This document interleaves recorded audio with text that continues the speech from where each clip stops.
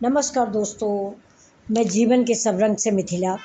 दोस्तों, अब पितृपक्ष समाप्त होने वाला है और नवरात्र यानी माता रानी का आगमन होने वाला है हमारे जीवन में, हमारी दुनिया में, हमारे देश में और चारों तरफ खुशियाँ ही बिखरेंगी। अभी देखिए, जैसा कि आप सभी लोगों को मालूम है, जैसी हमारी सोच होती है वैसा ही हमारे ऊपर असर होता है। अभी पितृपक्ष चल रहा था तो बड़ी उदासी, बड़ी मनहूसियत, अजीब सा, मानना हो या ना मानना हो, लेकिन माहौल में एक गमगीनी छाई रहती है। अब माता रानी का आगमन है तो धीरे धीरे करके चारों तरफ से हर्षोल्लास की नज़र आ रहा है कि कैसे 2 तारीख होगा, 2 तारीख को मेरे पितृ विसर्जन होगा। पितरों से भी हम लोग आशीर्वाद लेंगे कि उनका परिवार बढ़े, फले, फूले और स्वस्थ रहे। और दूसरे दिन से ही, उसी दिन से हम लोग पितृ विसर्जन करने के मतलब पितरों की विदाई के बाद से ही हम लोग माता रानी के आगमन की तैयारी करने लगते हैं। यानी पूरे घर के 15 दिन पितृपक्ष मनाने के बाद पूरे घर की सफाई करना, पूरे घर की धुलाई करना, सफाई करना, माता रानी के लिए सारा सामान एकत्रित करना, ये सब कुछ हम लोग कर लेते हैं। तो इस बार दोस्तों मैं आपको बता रही हूँ कि नवरात्र कब से कब तक है। माता रानी अब की बार किस सवारी से आ रही हैं, क्योंकि माता रानी हमारी पैदल नहीं आती हैं, वो सवारी से ही आती हैं। तो मैं आज आपको बताने चल रही हूँ कि कैसे क्या हम लोगों को करना है। तो देखिए दोस्तों, इस बार नवरात्र कब से कब तक है, महाअष्टमी कब से कब तक है और विजयदशमी कब से कब तक है। आप लोगों के मनों में ये भ्रम होगा कि कलश स्थापना कब हम करेंगे। तो ये सारी जानकारी आज के वीडियो में आपको हम बताने जा रहे हैं। ये वीडियो बहुत ही महत्वपूर्ण होने वाला है आप लोगों के लिए और मेरे लिए भी दोस्तों। तो दोस्तों, सबसे पहले तो आप लोग ये जान लीजिए कि 2 नवरात्रें नहीं होती, जो कि हमारे बहुत से भाई बहन नहीं जानते। हम सब लोग 2 ही नवरात्र जानते हैं।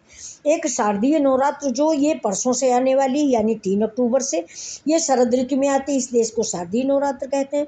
दूसरी नवरात्र चैत्र मास में आती है, उसे हम चैत्री नवरात्र कहते हैं। लेकिन इसके बीच में भी 2 नवरात्रें आती हैं जिन्हें गुप्त नवरात्र कहा जाता है। हमारे साधु संत जानते हैं, पारिवारिक जीवन में तो हम लोग नहीं उस नवरात्र का इस्तेमाल करते, लेकिन वो दोस्तों बहुत ही सिद्ध नवरात्र होती हैं। वो नवरात्र होती है आषाढ़ मास में और माघ मास में, ये गुप्त नवरात्रि होती है। तो अब देखिए दोस्तों, अब अपनी शारदीय नवरात्र के विषय में हम बात करते हैं कि आपने सारी सफाई कर ली, माता रानी का आगमन हो गया, माता रानी के वस्त्र आ गए, माता रानी का श्रृंगार आ गया है, और हम लोग भी दिल से तैयार हो गए अपनी माँ के स्वागत के लिए, अपनी माँ को लाने के लिए। हर्षोल्लास के साथ सारा परिवार माता रानी के लिए बोलो जय माता रानी की।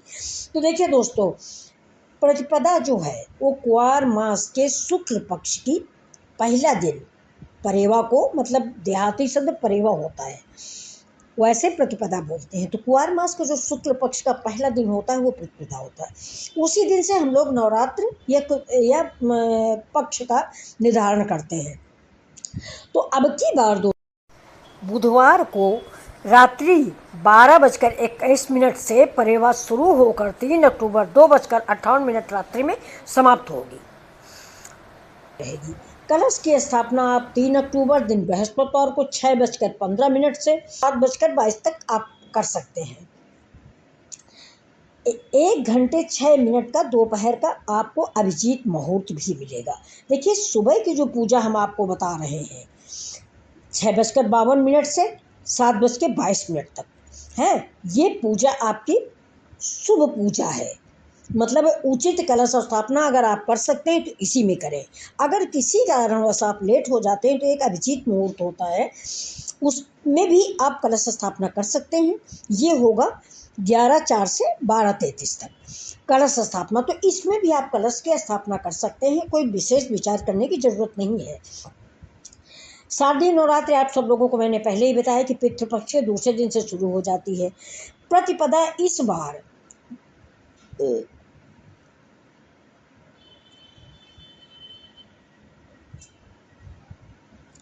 तो 3 अक्टूबर से, इस बार नवरात्रि 3 अक्टूबर से प्रतिपदा शुरू हो रही है और पहला पूजन हम लोग शैलपुत्री का करेंगे। 10 अक्टूबर को मेरी अष्टमी है, यानी महाअष्टमी है वो दुर्गा माँ का दिन होता है। और विजयदशमी हमारी 12 अक्टूबर को होगी और 11 अक्टूबर को मेरी नवमी होगी। तो अब दोस्तों हम आ जाते हैं कि माता रानी की सवारी क्या है। तो इस बार सवारी जो माता रानी की होती है वो वार के अनुसार होती है। वार जैसे शनिवार, इतवार, रविवार, सोमवार, हमारे सारे दिनों के पीछे वार लगा होता है, तो सवारी उनकी वार के अनुसार होती है। तो इस बार जो है वो बृहस्पतिवार को आ रही हैं, तो वो डोली से आ रही हैं, डोली से ही आएंगी, डोली से ही जाएंगी। यानी बृहस्पतिवार और शुक्रवार को माता का आगमन अगर पृथ्वी पर होता है तो वो डोली से आती है, जिसको हम तो नहीं जानते लेकिन पंडित लोग कहते हैं, हमारे पंचांग कहते हैं कि माता का आगमन डोली से शुभ नहीं माना जाता। जनता के लिए है, जनता जनार्दन के लिए शुभ नहीं माना जाता है। इसमें राजनीतिक उथल पुथल होती है, बहुत सारी महामारियां फैलती हैं, तो डोली का आगमन उचित नहीं मानते हैं। लेकिन हमें अंत में मैं आपको ये बताऊंगी, सब कुछ सुनने के बाद मैं आपको एक बात और बताने जा रही हूँ, जो अपने मन से बता रही हूँ, न किसी वेद की है, न पंचांग की है, न किसी गुरु और पंडित की है। ये मेरे मन की बातचीत है कि आप ये सोचिए कि आपके अगर 2 बेटे हैं, बेटा है या बेटी है, आप किस समय उन बच्चों का बुरा चाहती हैं।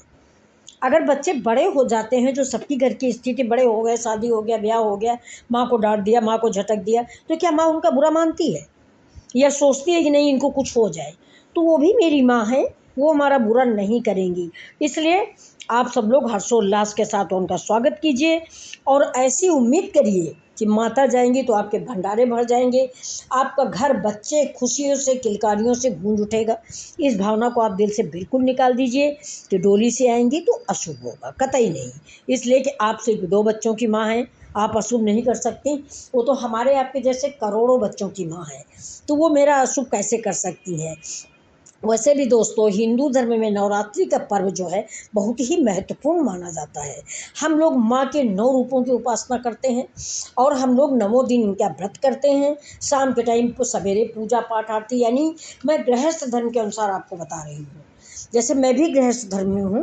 गृहस्थ धर्म का मतलब ये है कि हमें खाना भी बनाना, हमें बच्चों को भी देखना है, छोटे बच्चे हैं तो उनकी भी व्यवस्था करनी।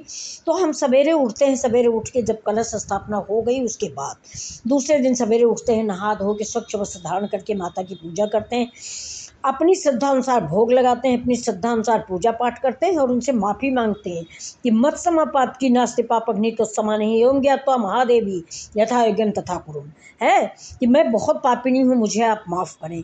और इसके बाद पूजा पाठ समाप्त करके अपने घर के कामों में हम फिर लग जाते हैं। हमारा अगर व्रत है तो हम अपने व्रत के लिए व्यवस्था करते हैं, नहीं भी है तो कोई बात नहीं।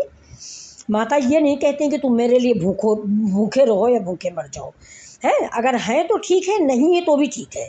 मन में कोई ग्लानि न लाए कि मैंने नवरात्र का व्रत नहीं किया, नहीं। वो माता है, इस चीज़ को मानिए कि आप भी माता हैं, वो भी माता हैं, ठीक है।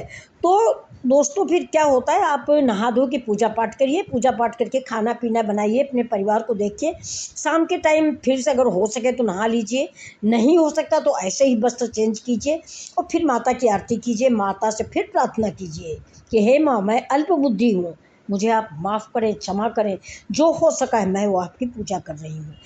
अगर हो सके तो आप 9 दिन के पूरे नवरात्र रहें, नहीं हो सकता तो शुरू का और अंत का व्रत करें, यानी परेवा और अष्टमी।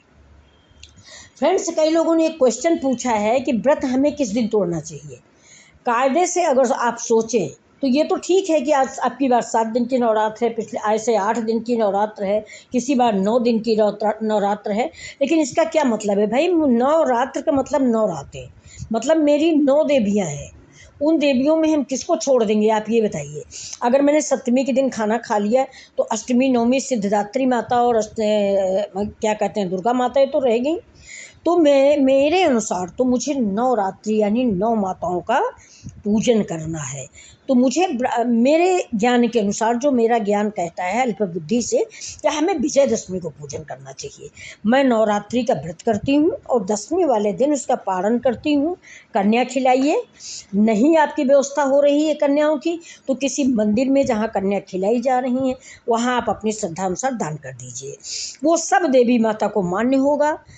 किसी भी बात को निराधार सोच के आप चिंतित न हो, जो भी आप कर सके वो आप करें। देहाती कहावत एक मैं लास्ट में आपको सुनाऊंगी कि राजा का दान और प्रजा का नहान, बराबर होता है। यानी राजा ने लाखों रुपए दान कर दिए और एक गरीब व्यक्ति या प्रजा गंगा नहा के आ गया तो दोनों का बराबर होता है। इसलिए आप माता भाव की भूखी हैं, श्रद्धा की भूखी हैं, फास्ट की भूखी नहीं है वो कि आप फास्ट हो या कि नहीं।